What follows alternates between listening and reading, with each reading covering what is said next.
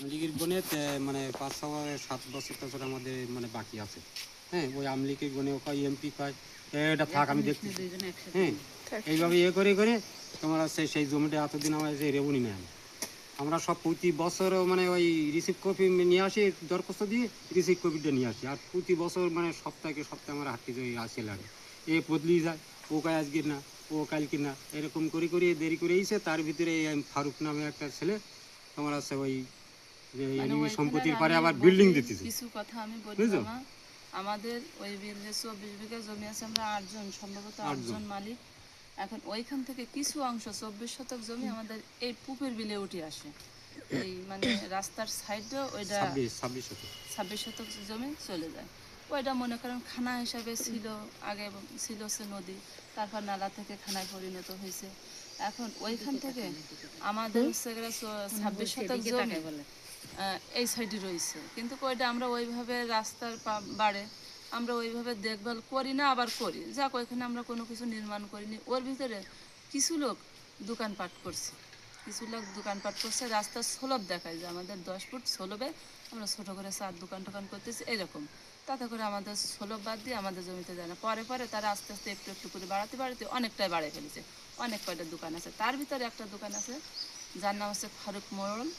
ও একটা পাকা দোকান উঠাইছে, আগে একটা পাকা দোকান উঠাইছে, সেখানে একটা গ্যাঞ্জাম কেস কামারি সৃষ্টি হয়। ও কোর্ট থেকে বলে আসে যে আমরা যৌতুক ভাগে খাবো, মানে দোকান আমি বাঁধেছি, ভাড়া উভয় 2 জন খাবো। তা এই যে হক নামে একটা ছেলের সাথে কেস হয়েছিল।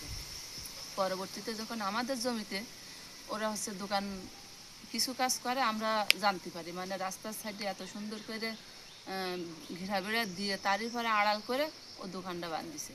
তারপর আমরা সাধারণত থানায় একটা যে ডায়েরি করি, সেখান থেকে এসে আব্বাস নামে একজন এসআই তার নিষেধাজ্ঞা দিয়ে যায়। পরবর্তীতে ওই সাথে আমরা টিউনো কোর্টে একটা দরখাস্ত করি, করার পরে সেইটা যে কী অবস্থায় আছে আমরা জানি না, বলে যে না আমরা দরখাস্ত গ্রহণ করেছি, ওনাদের বারণ করে দিছি। এরপরে কথা হচ্ছে উনি বলতে চাচ্ছে যে আমি নায়েবের থেকে প্রতিবেদন নিছি। তাহলে নায়েব একজনের জমি, সরকারি জমিও যদি হয়, তার নায়েব তো সেটা আগে দেখবে যে এইটা কারোর প্রতিবেদন কি দেখছেন আপনারা?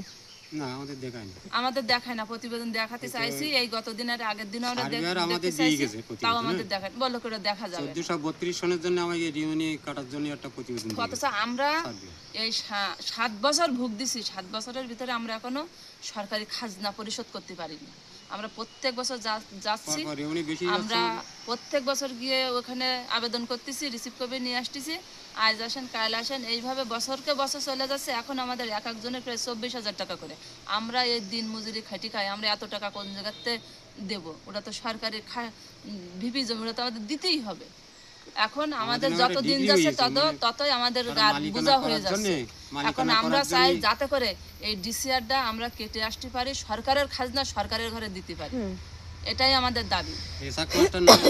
আমাদের এই জমিতে ডিগ্রি হয়েছে, ওরা মালিকানা করার জন্য করে আমরা সরকারের পক্ষ হয়ে আমরা একটা ডিগ্রি পাইছি, নির্বাহী অফিসারের সই আছে 1 নম্বর, তারপর রাজস্ব অফিসার, তারপর আছে এই ফারুক, এই যে ফারুক মোড়ল, এই ফারুক মোড়ল আপনাদের কে হয়? আমাদের মানে আপনাদের এজমালি সম্পত্তি কি এজমালি সম্পত্তি? না, এটা আছে ভিপি সম্পত্তি, এনিমি সম্পত্তি। তাহলে হিন্দুরা চলে গেছে, তাদের কোনো আরেস্ট নেই, সেই জমি এনিমি হয়েছে, তাই আমরা আছে ডিসিআর কেটে নিয়ে এনেছেন। আজ 20 মানে আজ কত 2 সালের থেকে এই 25 সাল পর্যন্ত কাটিয়ে আইছি, আর এখন ধরো 33 সাল, এই ক বছরে বাকি রয়েছে আমাদের। ওদের সাথে তো এই জমির কোনো সম্পর্ক নেই, কিন্তু ও জোর করে সামনে ওই বাড়িতে বেরিবার সামনে তো ওই সামনে ওই আবডালে পুড়ি ঘরটা কলার পাতা দিয়ে বিছাই মানে যে আমাদের এখানে ঘিরাটিরা দেয়, ওই কলার পাতা দিয়ে ও ভিতরে মনে যে কোন সময় পূরণ করেছে জায়গাটা আমরা জানি না। সেটা ভিডিও নিতে পারে না, আমাদের সঙ্গে যাবে না, ভিডিও দেখে দেব। আমার কথা হচ্ছে বাথরুম ব্যাডে করি পাকা, মানে সরকারি জমি করে সরকারি জায়গা, আমরা একটা ডিসিআর কাটি, আমরা হয়তো বানতে পারি সরকারের অনুমতি নিয়ে, আর কোনো অনুমতি না, ও ঠাঙ্কু একটা করি। এখন দেখাচ্ছে যে ওই নাইবেরুইন গেছে, আমি একটা প্রতিবেদন নেবো, নিয়ে আছে ও মানে এনিবি সম্পত্তি। হ্যাঁ, এরকম প্রতিবেদন আরো মোস্তফা নামে একজন নিছে, সেটা আমাদের জমির ভিতরে, সেও একটা ছোট দোকান আকারে বাঁধিছে, ওই এসিলেন্ডারে হুমকি দিয়েছে, আবার গিয়ে সে ওইখানে হুমকি দিয়ে সে 10-17 করে একটা প্রতিবেদন দিয়েছে। কে হুমকি দিয়েছে? ওই সুজন আমাদের কথা বলেছে যে এরকম আইসি হুমকি দিয়েছে আমার অফিসে, আমি তার ধাড়াই দিছি। হুমকি দিয়েছে কে?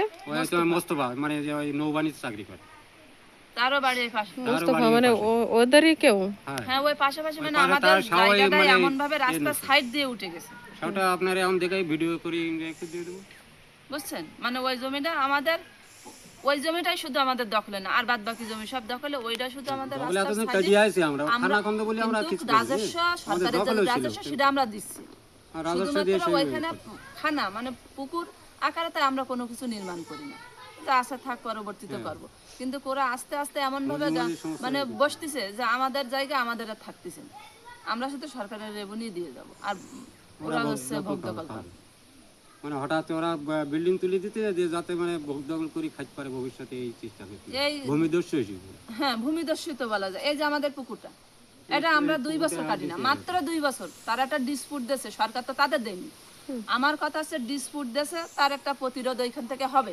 সে ডিসপুট কোন কারণে দিল? সে দাবি করলে কবলা সম্পত্তি, কবলা সম্পত্তি দিতে যায়, তোমার খাস এনিমি সম্পত্তি হয় কবলা সম্পত্তি। আর যদি হবে তোরা দলিল বের করবি, দলিল বের করে তারই পরে কিনা সরকার আমাদের আগে আমাদের ডিসিআর ভাইলেট করবে, করার পরে তারপর সরকার আমাদের কাছ থেকে নোটিশ দিলে আমরা যেতে উঠে যেতে বাধ্য। যেহেতু এখানে আমি বসত করতেছি, সরকার তো আমার আগে নোটিশ করবে যে জমিটা মালিকানা হয়েছে, আপনারা উঠে যান, তখন আমি উঠতে বাধ্য। তাহলে এখন কেন আমার উপরে এখানে হামলা করতেছে, বারবারই হামলা করতেছে? এই পর্যন্ত আমার 4-5টা মামলা করা হয়ে গেছে ওকে বিরুদ্ধে, 5টা মামলা করেছি এই পর্যন্ত আমি, 2টি জিটি সহ 4টা মামলা করেছি, টিউনো কোর্টেও 44 করেছি। তারপরে এখন যদি আমি বর্তমান সময় যদি ওইখানে গিয়ে একটা ঘেরায় হাত দেয়, আমারে ধরে মারবে।